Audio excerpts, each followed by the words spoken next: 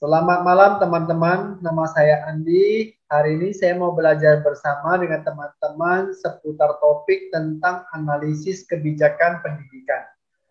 Nah, dalam subtopiknya saya akan belajar bersama dengan teman-teman yaitu evaluasi kebijakan pendidikan. Bahwa di dalam setiap proses pelaksanaan kebijakan pendidikan memang perlu mendapatkan perhatian khusus. Mengapa? Karena hampir di setiap elemen pendidikan memiliki kekurangan yang perlu mendapatkan perbaikan. Dalam melaksanakan suatu program, pastilah dibutuhkan evaluasi. Begitu pula dari proses perumusan kebijakan pendidikan. Setelah proses formulasi hingga pelaksanaan kebijakan, baru dilakukan evaluasi kebijakan. Evaluasi yang dilakukan dalam kebijakan pendidikan merupakan proses akhir dari seluruh langkah-langkah untuk merumuskan kebijakan. Teman-teman, pengertian evaluasi kebijakan pendidikan, bahwasanya evaluasi merupakan suatu kegiatan yang dilakukan untuk menilai dan mengukur program dari semua aspek untuk mengetahui apakah program tersebut sudah terlaksana atau belum, sesuai dengan perencanaan dan harapan atau tidak.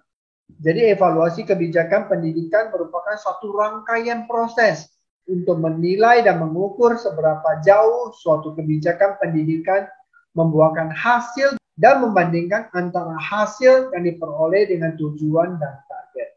Teman-teman, alasan-alasan perlunya evaluasi kebijakan pendidikan diantaranya satu, untuk mengetahui apakah hal-hal yang telah dirumuskan dalam formasi kebijakan pendidikan tersebut dapat dilaksanakan atau tidak. Kedua, untuk mengetahui apakah rumusan-rumusan kebijakan pendidikan yang telah ditulis berhasil dilaksanakan atau belum. Ketiga, untuk mengetahui kelebihan dan kekurangan rumusan kebijakan pendidikan dalam kaitannya dengan faktor kondisional dan situasional di mana kebijakan tersebut dilakukan. Keempat, untuk mengetahui seberapa jauh suatu rumusan kebijakan pendidikan telah dapat diimplementasikan. Kelima, untuk mengetahui seberapa jauh keberhasilan dan kekurangan pelaksanaan kebijakan pendidikan tersebut. Keenam, untuk mengetahui seberapa besar dampak yang ditimbulkan oleh suatu kebijakan pendidikan terhadap khalayak ramai. Ketujuh, untuk mengetahui apakah resiko-resiko yang telah diperhitungkan pada saat formulasi kebijakan pendidikan telah dapat diatasi dengan baik atau tidak. Kedelapan, untuk mengetahui langkah-langkah yang telah ditempuh dalam perbaikan kebijakan pendidikan. Selanjutnya, saya mau membahas tentang sebenarnya apa sih tujuan evaluasi kebijakan pendidikan. Di antaranya satu, untuk mengukur apa ada pengaruh dari program tersebut terhadap masyarakat. Kemudian kedua, untuk mengukur apakah kegiatan telah dilaksanakan sesuai dengan rencana yang telah ditetapkan. Ketiga, untuk mengukur apakah pelaksanaan program sesuai dengan standar yang telah ditetapkan. Keempat, untuk mengidentifikasi dan menemukan di mana dimensi program dari kebijakan dan jalan yang mana yang telah berjalan dan mana yang belum berjalan. Kelima, pengembangan staf pelaksana program pendidikan. Apakah staf mempunyai keterampilan dan kompetensi untuk bekerja? Pelatihan apa yang perlu dilakukan? Apakah para staf perlu menerima supervisi dan koreksi atas kelemahannya? Keenam, untuk memenuhi ketentuan undang-undang dan produk peraturan lainnya. Apa sih manfaat evaluasi kebijakan pendidikan?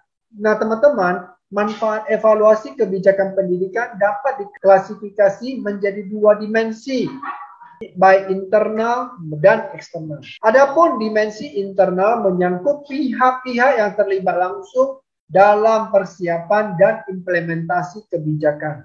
Manfaat yang didapatkan antara lain, satu, mengetahui keberhasilan suatu program kebijakan yang dilakukan.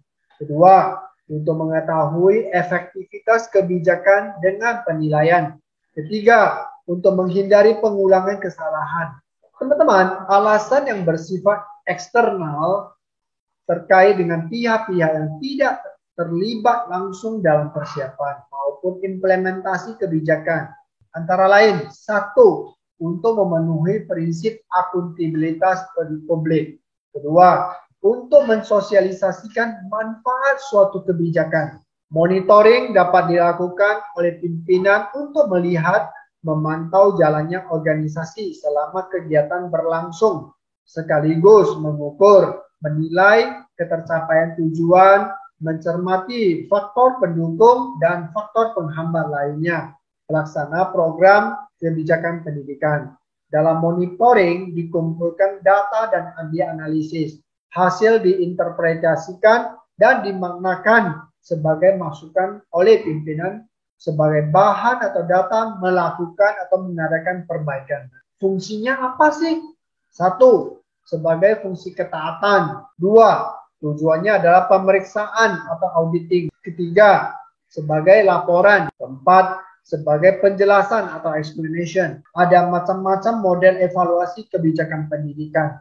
Menurut Anderson tahun 1979, menggolongkan evaluasi kebijakan pendidikan menjadi 3 model. Satu, evaluasi impresionistis. Kedua, evaluasi operasional. 3, evaluasi sistemik. Selain menurut Anderson, ada lagi pendapat menurut William N. Dunn menggolongkan evaluasi kebijakan menjadi 3 model. Satu, evaluasi semu. Kedua, evaluasi resmi atau formal evaluation. Ketiga, evaluasi kebijakan berdasarkan teori keputusan. Menurut Kaufman dan Thomas tahun 2010 membedakan model evaluasi kebijakan menjadi 8. Jadi hanya beberapa model yang sering dipergunakan, di antaranya satu, goal-oriented evaluation. Yang kedua, goal-free evaluation. 3, formative summative evaluation. Selanjutnya, tentang kriteria evaluasi hasil kebijakan pendidikan. Menurut Lester dan Stewart, dikutip dari Winarno, evaluasi kebijakan dapat dibedakan ke dalam 2 tugas yang berbeda. Tugas pertama adalah untuk menentukan konsekuensi-konsekuensi yang diakibatkan dari suatu kebijakan dengan cara menggambarkan dampaknya. Sedangkan kedua adalah menilai program kebijakan dengan pengukuran terlaksana atau belum dan berhasil atau gagal berdasarkan kriteria yang telah ditetapkan sebelumnya. Dalam menghasilkan informasi mengenai kebijakan pendidikan, analisis menggunakan tipe kriteria yang berbeda untuk menganalisis hasil kebijakan. Kriteria evaluasi hasil kebijakan sebagai berikut. 1. Efektivitas. 2. Efisiensi. Ketiga, kecukupan.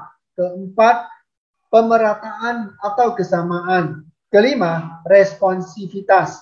Keenam, ketetapan. Nah, selanjutnya proses evaluasi kebijakan pendidikan itu seperti apa? Nah, menurut Patton dan Sawitzky tahun 1986 sebagai berikut. 1. Mengidentifikasi tujuan yang akan dievaluasi. Kedua, analisis masalah yang harus ditangani oleh aktivitas kebijakan tersebut. Ketiga, deskripsikan dan standarisasi dari aktivitas evaluasi. Keempat, pengukuran tingkat perubahan yang terjadi. Kelima, penentuan mengenai apakah perubahan itu terjadi karena aktivitas atau penyebab lainnya. Dalam mengidentifikasi dan menganalisis masalah yang dilakukan dengan mengajukan beberapa pertanyaan. Pertama, apa hakikat dari isi tujuan tersebut? 2. Siapa target dari program tersebut? Ketiga, kapan perubahan yang diinginkan itu harus muncul? Keempat, apakah tujuan ini bersifat seragam atau beragam? Kelima, seberapa besar pengaruh yang diinginkan? Keenam, bagaimana tujuan itu dapat tercapai? Ada beberapa permasalahan atau problema dalam evaluasi kebijakan pendidikan. 1. Tujuan kebijakan tidak jelas. Kedua, cepatnya perkembangan masyarakat. Ketiga, ketidakjelasan masalah yang mau dianalisis. Keempat, keterkaitan masalah. Kelima, subjektivitas masalah. Keenam, kendala psikologis dari aktor pelaksana kegiatan. Ketujuh, kendala ekonomi. Kedelapan, kurang tersedianya data secara memadai dan informasi yang up to date. Kesembilan, kendala politis. Ya. Kemudian yang ke-10, kurangnya ketersediaan evaluator atau sumber daya manusia yang mengevaluasi kebijakan. Aktor-aktor atau orang-orang yang melakukan evaluasi kebijakan pendidikan, yaitu adalah pembuat kebijakan legislatif, pelaksana kebijakan eksekutif, dan administrator dari tingkatan nasional sampai dengan tingkatan lokal. Kemudian yang termasuk dalam aktor-aktor non-formal evaluasi kebijakan adalah partai politik, organisasi massa, interest group, kelompok perantara, mitra pelaksana kebijakan, tokoh perorangan, dan media massa. Nah teman-teman, evaluasi itu sebenarnya merupakan suatu tahapan akhir dari suatu proses kebijakan. Merupakan penilaian evaluasi mengenai apa yang telah terjadi sebagai akibat pilihan dari dan implementasi suatu kebijakan. Dan apabila dipandang perlu, dapat diperlukan perubahan terhadap kebijakan yang telah dilakukan. Evaluasi kebijakan pendidikan pada dasarnya merupakan alat untuk mengumpulkan dan mengelola informasi mengenai program atau pelayanan yang telah diterapkan.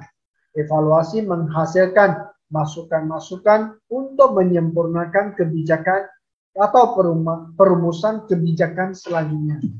Katakanlah kebijakan pendidikan itu tidak pernah dievaluasi, maka kita tidak akan pernah mencapai tujuan cita-cita pendidikan yang kita idam-idamkan. Jadi demikian dari saya tentang evaluasi kebijakan pendidikan. Semoga bermanfaat. Saya mau memberikan satu kesimpulan terakhir bahwasannya sekali lagi evaluasi kebijakan pendidikan itu sebagus apapun, kalau kebijakan apapun, tapi tidak pernah dievaluasi, kita tidak akan pernah tahu apakah sebenarnya sesuai atau tidak, apakah telah membuat sebuah hasil atau tidak. Oleh sebab itu, adanya satu pendidikan, perlu ada kebijakannya. Dan setelah ada kebijakan pendidikan, perlu dilakukan evaluasi yang terus-menerus sampai mencapai satu cita-cita, satu ketentuan, satu harapan gitu yang sesuai gitu. Jadi sekali lagi terima kasih, semoga bermanfaat. Salam Namo Buddhaya, semoga sehat selalu semua.